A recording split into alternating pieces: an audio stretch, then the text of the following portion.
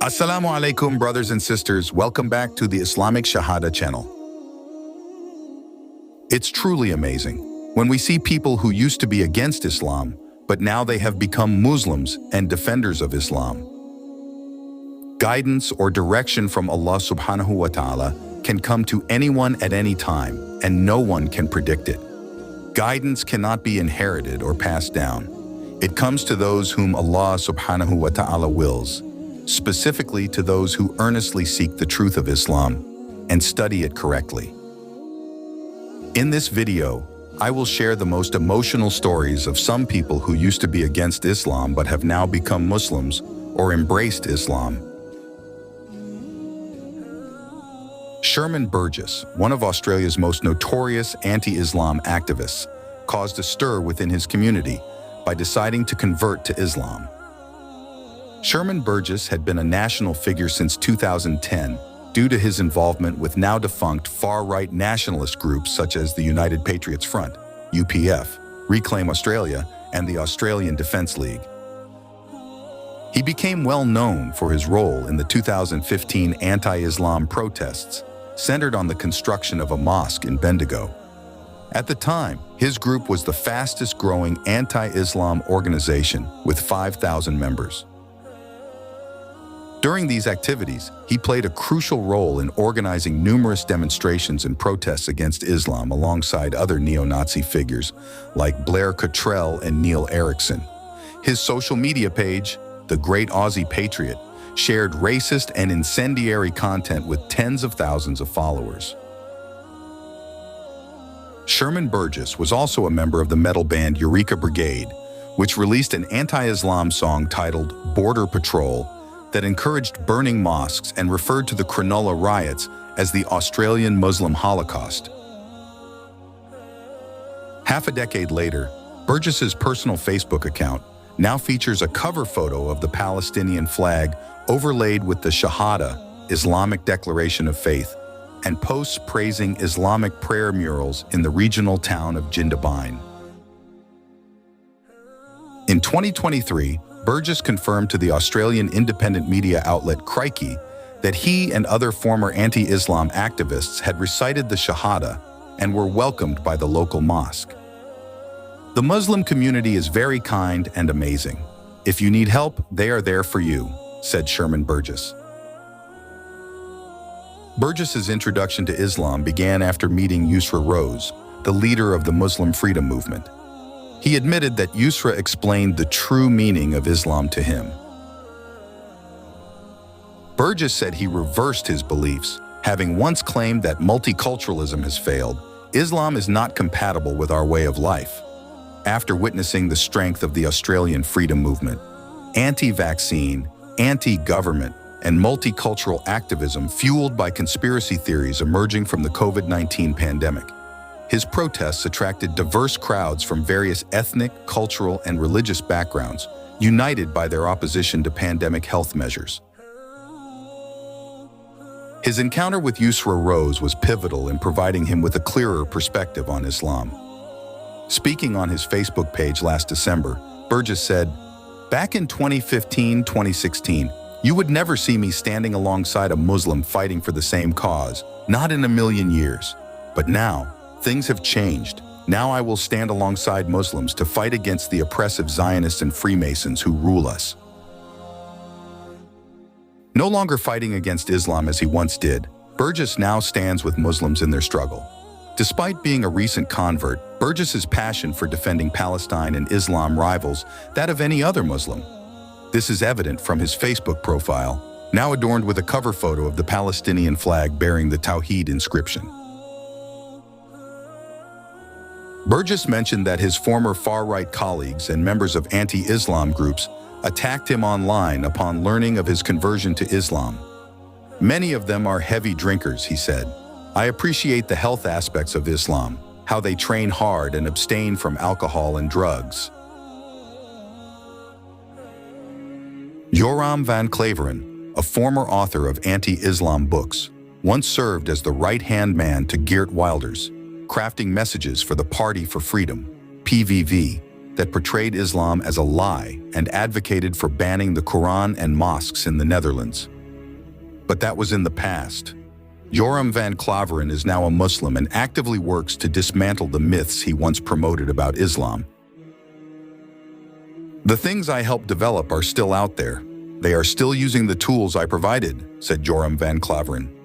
"I hear them saying things I created," he continued, as reported by The Guardian. His anti-Islam book resurfaced in the Netherlands recently, as PVV emerged as the party with the most votes in the recent Dutch elections, in line with a surge in nativist and populist platforms across Europe. "I was in anti-Islam politics for 12 years, so I have to counter this narrative for at least 12 years to level the playing field," said Joram Van Klaveren, now 45 years old. Raised in a deeply religious Protestant Christian family in Amsterdam, Van Klaveren said his initial concerns about Islam were influenced by his church. His view of Islam worsened after the 9/11 attacks and the tragic murder of filmmaker Theo van Gogh by a self-described jihadi Muslim, which led Van Klaveren to join Wilders' party in 2010. Since then, he became active in efforts to ban mosques and the Quran in the Netherlands. He also sought to prohibit Islamic schools and Arabic lessons.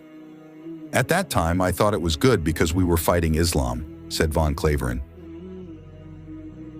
In 2014, Van Klaveren severed ties with Wilders after a rally where the PVV leader asked supporters if they wanted fewer Moroccans in the country. To Van Klaveren, this seemed a step too far. "I thought, yes, I have to leave because now this has become an ethnic issue." Van Klaveren then founded his own party, but failed to win any seats in the national elections. He left politics and aimed to complete a book he had been writing for years, initially envisioned as a scholarly work exposing the threats posed by Islam. To research his book, Van Klaveren delved deeply into Islam. However, the more he studied, the more intrigued he became. Despite this growing interest, he suppressed it due to his day job at an evangelical radio station. His curiosity about Islam resurfaced, but he wrestled with his status as a voice for conservative Christians. Eventually, divine guidance came. He abandoned his book and placed it on a shelf at home. One day, his books unexpectedly fell to the floor. Among them was a Quran. When he picked it up, it opened to Surah Al-Hajj, verse 46. The translation read, "It is not the eyes that are blind, but the hearts." And I thought, yes, this is truly my issue, he recalled. "It sounds like a fairy tale, but it really happened," affirmed Van Klaveren.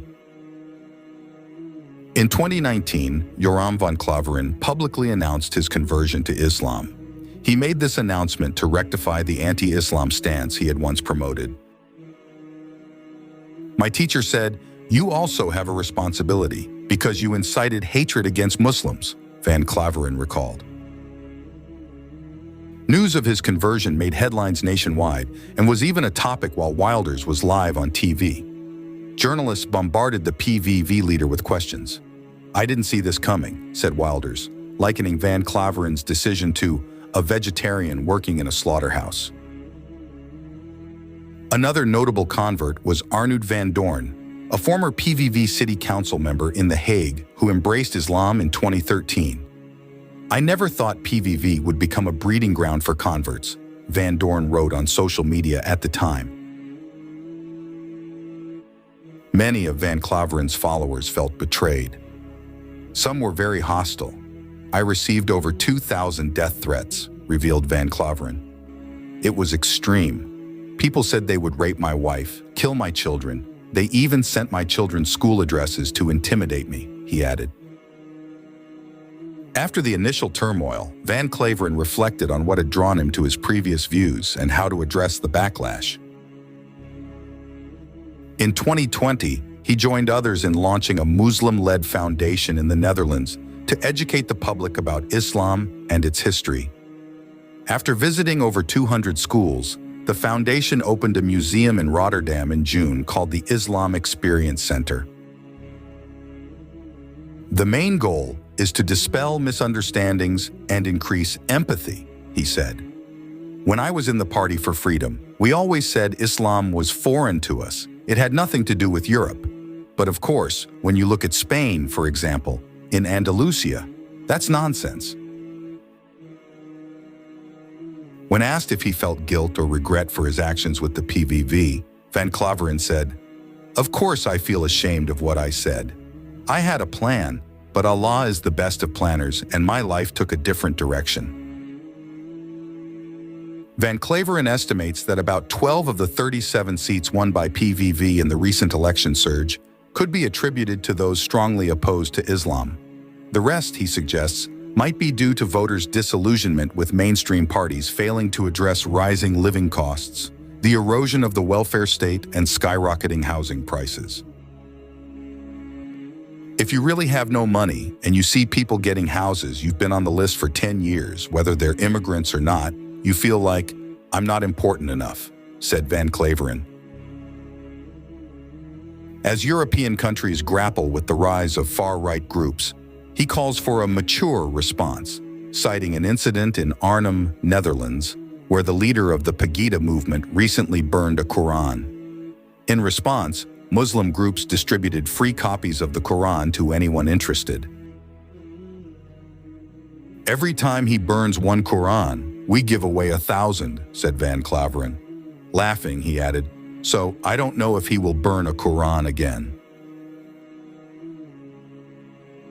That's all for this video. Thank you for watching until the end. See you in the next video. Wassalamu alaikum wa rahmatullahi wa barakatuh.